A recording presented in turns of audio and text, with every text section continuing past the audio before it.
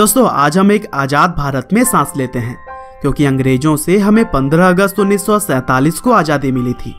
और दोस्तों देश को आज़ाद कराने के लिए ना जाने कितने ही लोगों ने अपना जीवन तक न्यौछावर कर दिया था।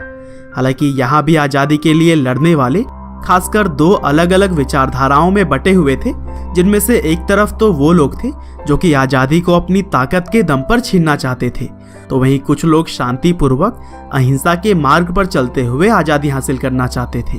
और दोस्तों इन्हीं अहिंसकवादी लोगों में से एक थे राष्ट्रपिता कहे जाने वाले मोहनदास करमचंद गांधी, जिन्हें कि हम सभी आमतौर पर महात्मा गांधी के नाम से जानते हैं।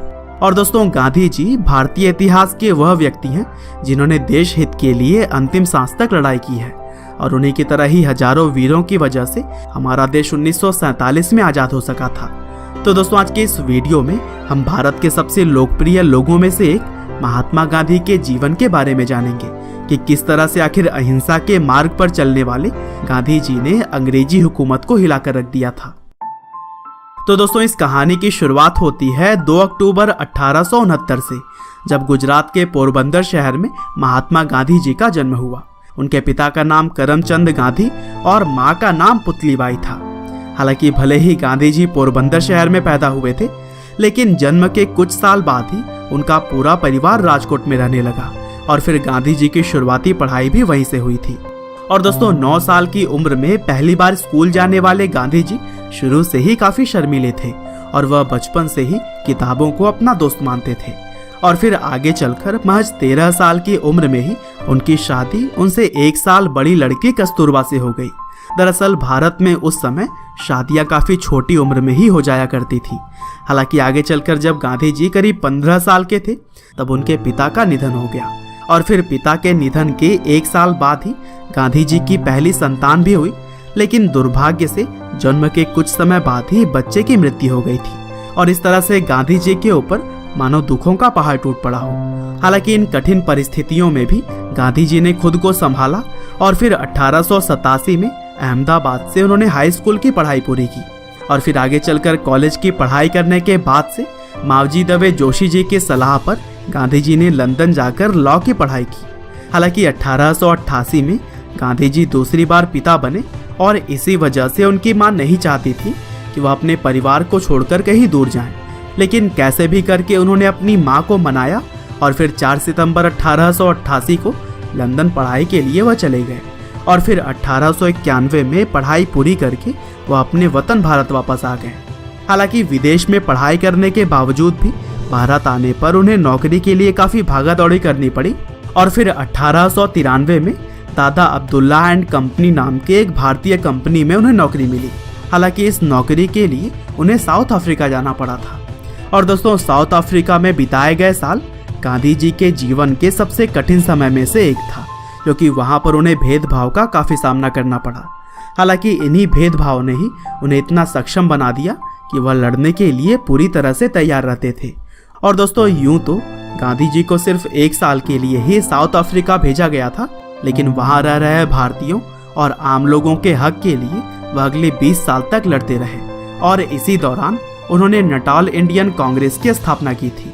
और दोस्तों अफ्रीका में रहते हुए गांधी जी ने एक निडर सिविल राइट्स एक्टिविस्ट के रूप में खुद की पहचान बना ली थी।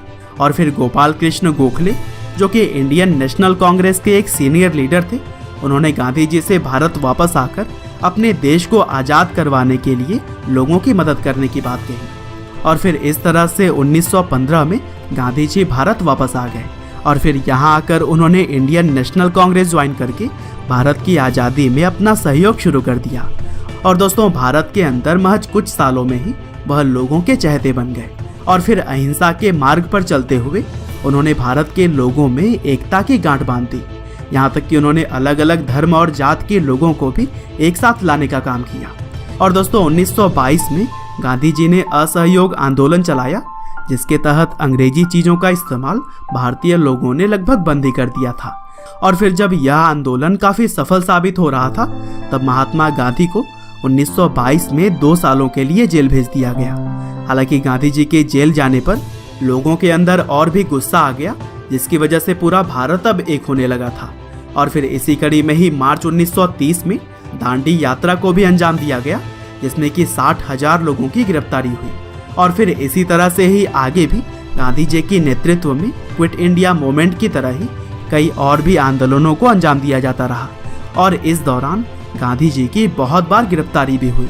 लेकिन दोस्तों, महात्मा गांधी के द्वारा लगाई गई चिंगारी अब लोगों के भीतर आग बनकर जलने लगी थी और यही वजह थी कि गांधी जी के साथ साथ बाकी क्रांतिकारियों ने मिलकर 1947 में देश को आज़ाद कराने में अहम रोल अदा किया और फिर 15 अगस्त 1947 को हमारा भारत देश आज़ाद हो गया।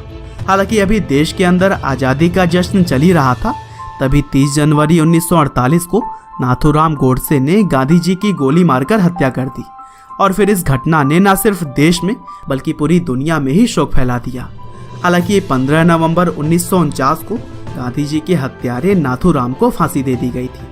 बहरहाल दोस्तों, अंत में बस मैं यही कहना चाहता हूँ कि जब तक गांधी जी जीवित रहे तब तक अहिंसा को ही हर चीज का जवाब मानते रहे और इसी सिद्धांत के दम पर ही उन्होंने अपनी पहचान बनाई थी। हालांकि भले ही वह अब हमारे बीच नहीं है, लेकिन उनकी सीख और उनके सिद्धांत आज भी पूरी दुनिया मानती है। उम्मीद करते हैं कि गांधी जी की यह बायोग्राफी आपको जरूर ही पसंद आई होगी। आपका बहुमूल्य समय देने के लिए बहुत बहुत धन्यवाद।